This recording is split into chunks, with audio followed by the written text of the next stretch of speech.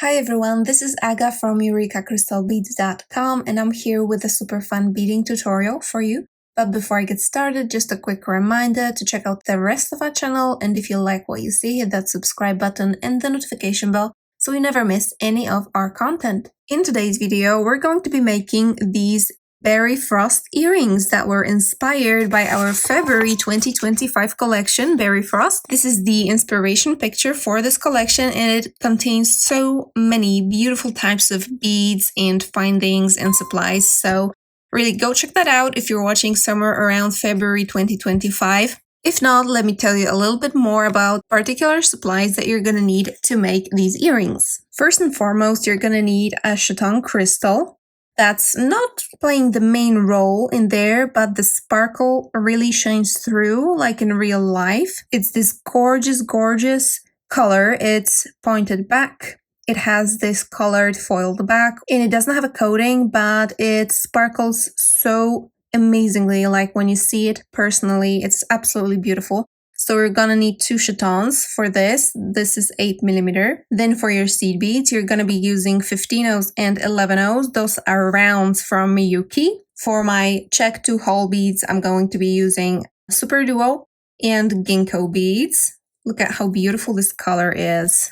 Aren't they just gorgeous? This kind of shimmery, shiny, light blue. I love them. And finally, some 2mm round beads. So these are super tiny round beads that are just barely larger than 11-ohs, but this kind of matters in this context because they fit perfectly in between our SuperDuos there. For findings, you're just gonna need an earring finding. Here I have a beautiful ear wire that's just like so classy in this antique copper finish. That's also included in the collection, by the way. And the only things that are not included in the collection is the needle. I'm going to be using size 12 and the thread, for which I prefer to use 4-pound Fairline in the color Crystal. And I do recommend that you use a light color because we're going to be making some turns in those white SuperDuos, so the thread can be visible if it's like very contrasting color with the SuperDuos. Alright, why don't we start beading? Alright, so I put slightly over half a wingspan of thread on my needle, and that's what I'm gonna start with.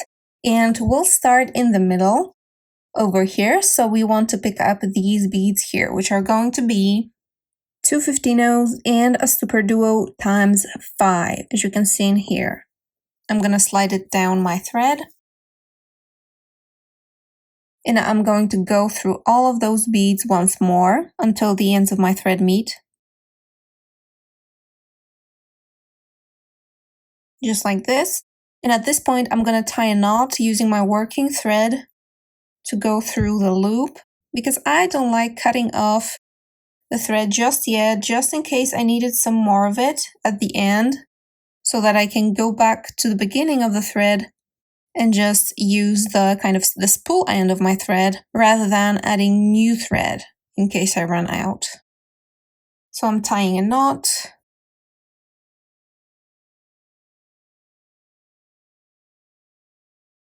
I tied 3 simple square knots on top of each other here.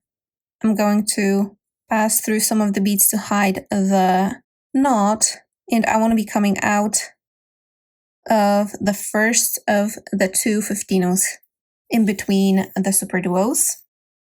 And I'm going to be adding a single 15-oh in between each 2. So I'm just going around again, adding a 15-oh to create kind of these nice little aesthetic triangles.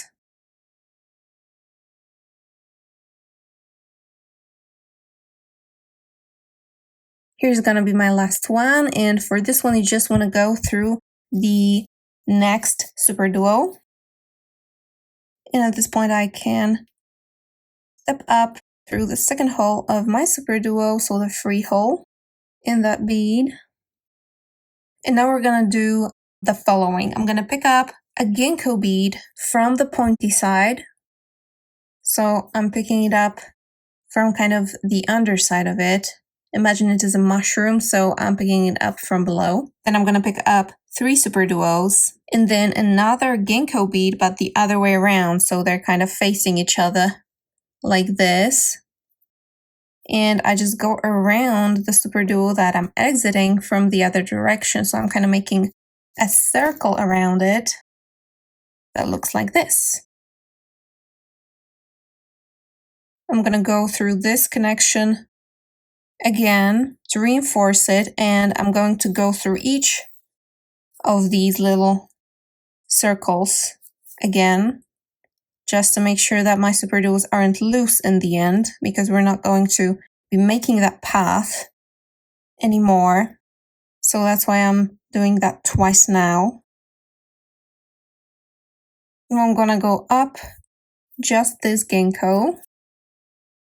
And on top of it, I'm gonna add a 15 a 2mm round and a 15. I'm gonna go down the free hole in the Ginkgo, and while I'm at it, I will go through the free hole of the next SuperDuo from that central circle. Now if you pull that, the SuperDuo will kind of hide under the 15s that we first added, and that's good, that's what we want. Now I'm coming out of the SuperDuo, so I want to pick up another Ginkgo again. A Ginkgo from like the pointy end, then 3 SuperDuos, and then we don't need a second Ginkgo because this one's already there, so I'm just gonna go down through it. We're connecting them from this upper side, curved side, not the pointy side. Just like this, everything pops into place. I'm gonna go through that circle, entire circle once again.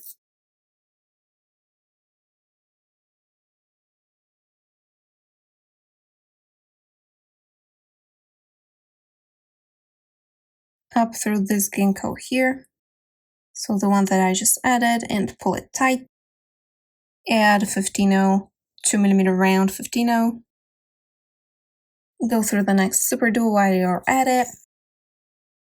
Make sure that your Ginkgo bead kind of hides there. So these first SuperDuos, the first circle of them, it kind of gets a little bit convex. So that's what we want. Another Ginkgo and 3 SuperDuos down from the top of the previous Ginkgo and through that SuperDuo that we just exited a minute ago. Do that route again.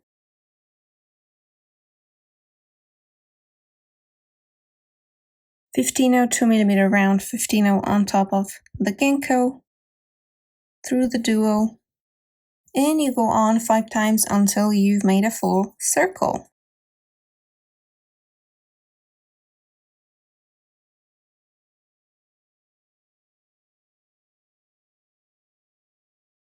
Now, as I went down through the second hole of the Ginkgo and through my last SuperDuo, I noticed that the first Ginkgo is already here, so there's 5 of them already.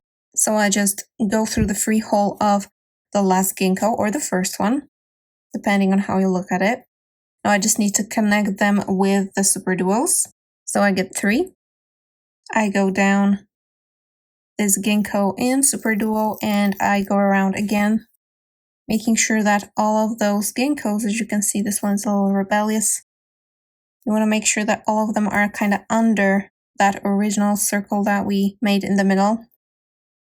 So I'm going to go through all of them again.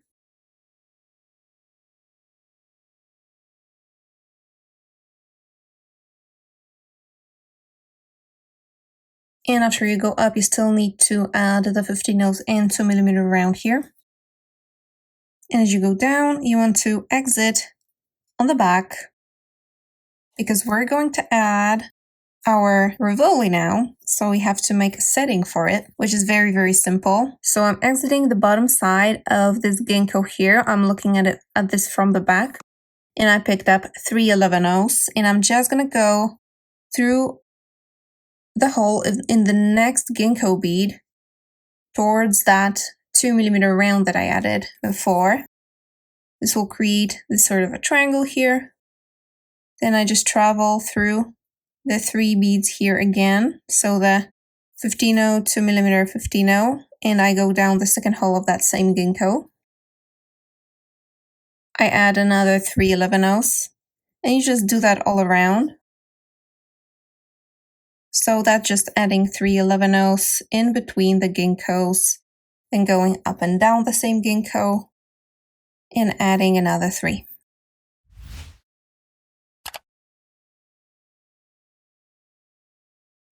That's my last 3 beads. As you can see, I have 5 sets of 3.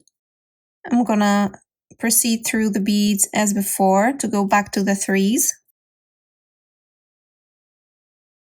So now I'm exiting the Ginkgo again, and I'll go up that next 3 so that I'm exiting the middle of the 3 livanos, just like that. And now I'm going to be adding 3 15-ohs in between the tops of these 3s. So I'm just going through the next 11-oh in the middle of the 3. Don't pull it tight yet because we're just about to add the crystal. 3 more through the next middle one.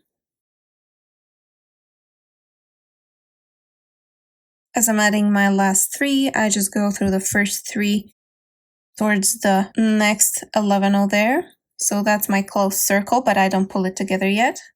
I need to put in a chaton. Make sure it's centered. And now we pull together. This is going to force this entire structure to go even more kind of convex. And it's going to hold the crystal perfectly. Now I'm going to go through all of those beads twice more to make sure they're secure and stable. So I'm just going around through the 15-ohs and the 11-ohs.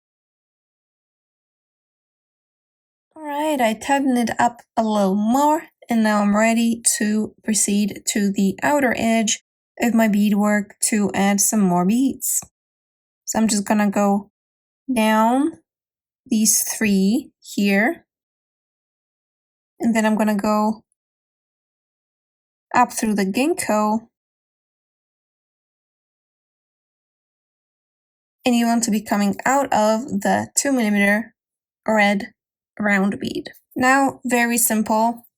You pick up 2 15-ohs and you go through the free hole of the first of the 3 next SuperDuos. This is what you get. And in between the SuperDuos, you simply add the 2mm round. So a single 2mm pops right in, a second one in here, 2 15-ohs again through the round bead that was previously added, 2 15-ohs on the other side, through one of the SuperDuos, and you just go around.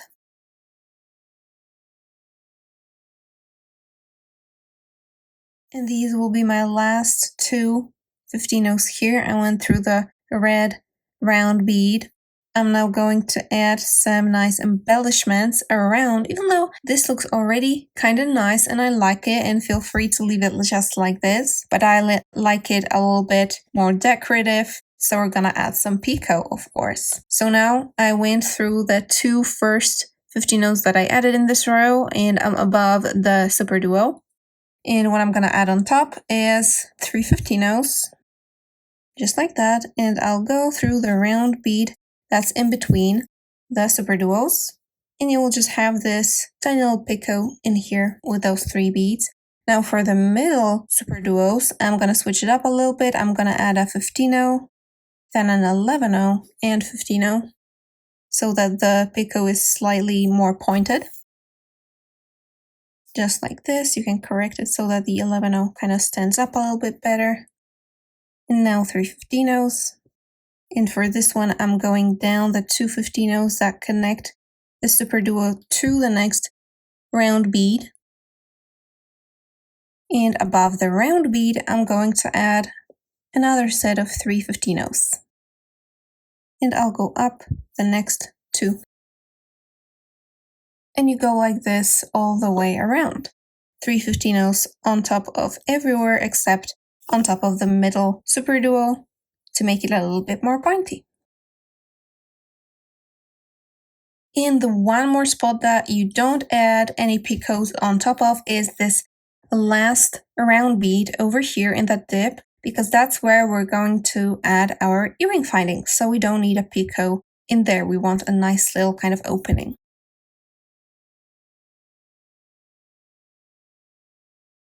Right, so I added all my picots and I'm finding myself exiting the 2 15-ohs down here. Now I want to be on the other side going up, so I'm just going to go through all of those beads. So the round bead and the 2 beads right after it.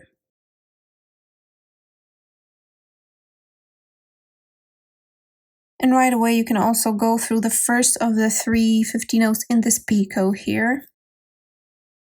And now we're gonna add our full sequence, which is gonna start with an 11-0, then a Ginkgo bead through which you go from the rounded side, so not from the pointy side, from the rounded side.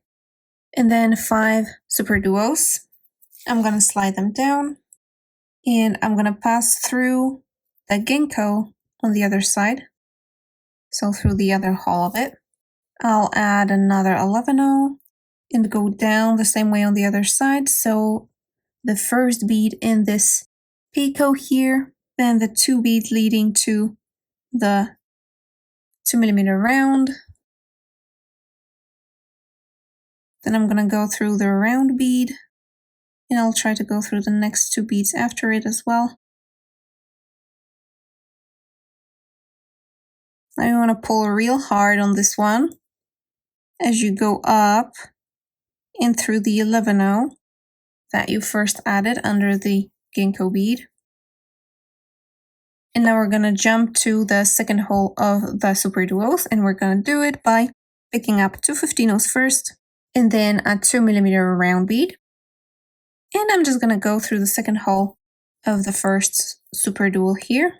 I'm going to add the 2mm rounds all the way around in between the SuperDuos.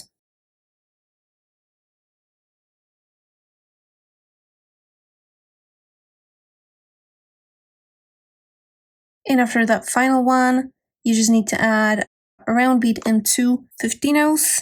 And I'm sorry, but we're gonna have to go that route again because we need to connect it to the 11-0 under the Ginkgo. So I'm just gonna go down these 15-0s and the round bead in the primary beadwork.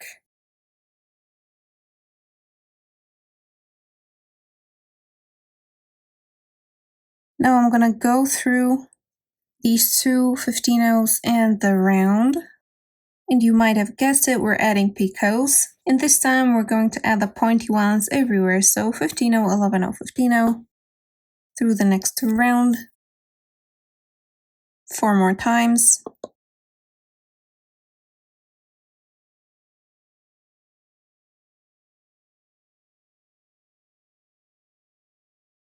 And now at the end, you only need to go down the round and the 2 15-0s. You don't go more down.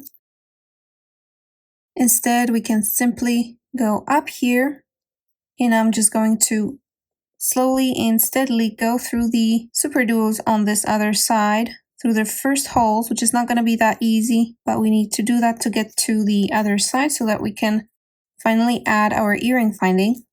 So I'm just going to go through these SuperDuos here one by one. So I'm going through their first hole, so the one closer to the Ginkgo.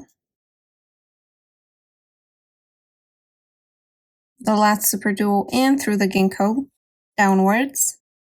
And now the same way up as on the other side. So straight through the 2 15-0s.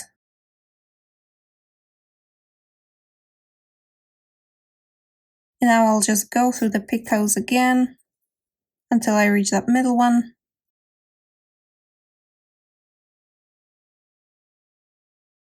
There it is. And so to add your earring finding, you can, for example, pick up a 15-0 and 11-0, 2mm round, then your earring finding, another round, 11-0 and 15-0, just a small loop.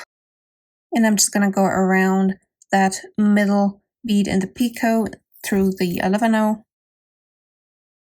And then twice more through that loop, making sure that it's the beads that are holding my earring finding, so that are close to the hole, so that it doesn't hang on the thread like this, but rather is held by the 2 round beads. So I'm just going to go through these beads in this loop twice more.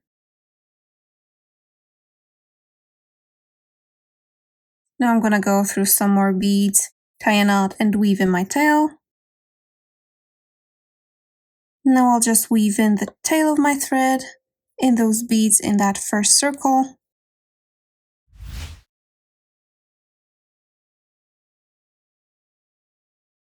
And the earrings are done. Despite what you might think, they're quite quick to make, maybe an hour for a pair, and they are so cute with these colors. All of the materials that I used here today are from EurekaCrystalBeads.com.